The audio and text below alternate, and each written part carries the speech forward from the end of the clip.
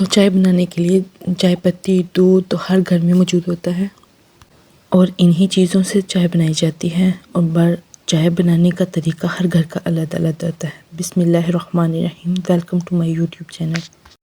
तो अब हम चाय बनाएंगे, जिसके लिए मैंने एक पैन लिया है, उसके अंदर हाफ़ कप पानी का शामिल किया है। अदरक आप ग्राइंड करके भी डाल सकते हैं, चॉप करके भी डाल सकते हैं, काट के भी डाल सकते हैं। तो मैंने इसको काट लिया है और साथ में 2 सब्ज़ इलायची शामिल की है और इसको पकने के लिए छोड़ दिया है। अब मैं इसके अंदर चाय पत्ती शामिल करूँगी, जो कि मेरे पास पैक की सूरत में है।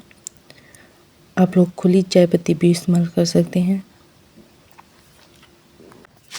चाय की पत्ती अपना रंग छोड़ना शुरू कर देगी तो इसके अंदर चीनी शामिल करेंगे। जब चाय की पत्ती अच्छे से रंग छोड़ देगी तो इसके अंदर चीनी शामिल करेंगे। तो इसको थोड़ी देर के लिए पकने देंगे, जिससे इसकी खुशबू, जो हमने इसके अंदर अदरक और इलायची डाली है, उसकी खुशबू अच्छे से वाज़ेह हो जाएगी। तो अब मैंने इसके अंदर 1 कप दूध डाला है और इसको पकने के लिए छोड़ दिया है। और जब इंसान बहुत ज़्यादा थका हो तो उसको चाय की बहुत ज़्यादा तलब होती है। इस तरीके से कड़क सी चाय बनाएं घरों में और मज़े से पिएं। हमने इसको अच्छे से पकाना है। अदरक की चाय बनाएं और हर तरह के मसलों से निजात पाएं, जैसे नज़ला, ज़ुकाम, बुखार वगैरह।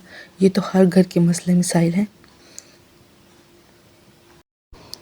अदरक वाली चाय बहुत ही हेल्दी होती है, जो हमारी सेहत के लिए बहुत अच्छी होती है। ख़ुद भी ये चाय बना के पिएं और बच्चों को भी लाजमी पिलाएं और तमाम तर नज़ला, ज़ुकाम, बुखार वगैरह से निजात हासिल करें। एक दफ़ा ये चाय बना कर तो देखिए, आपके सारे दिन की थकावट को दूर कर देगी ये चाय। चाय को अच्छे से फेंट लें। ये हमारे पास चाय बनकर तैयार हो चुकी है। इसका जायका और ये बहुत ही हेल्दी है हमारी सेहत के लिए। अब मैंने इसको 1 कप में छान लिया है। 1 कप लेंगे, उसमें मैंने सारी चाय को छान लिया है अच्छे से, ताकि पत्ती वगैरह, अदरक वो हमारे मुंह के अंदर ना आए।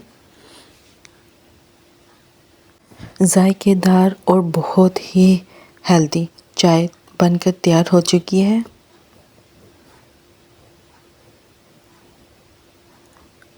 दुआओं में याद रखिएगा। ओके, अल्लाह हाफिज़।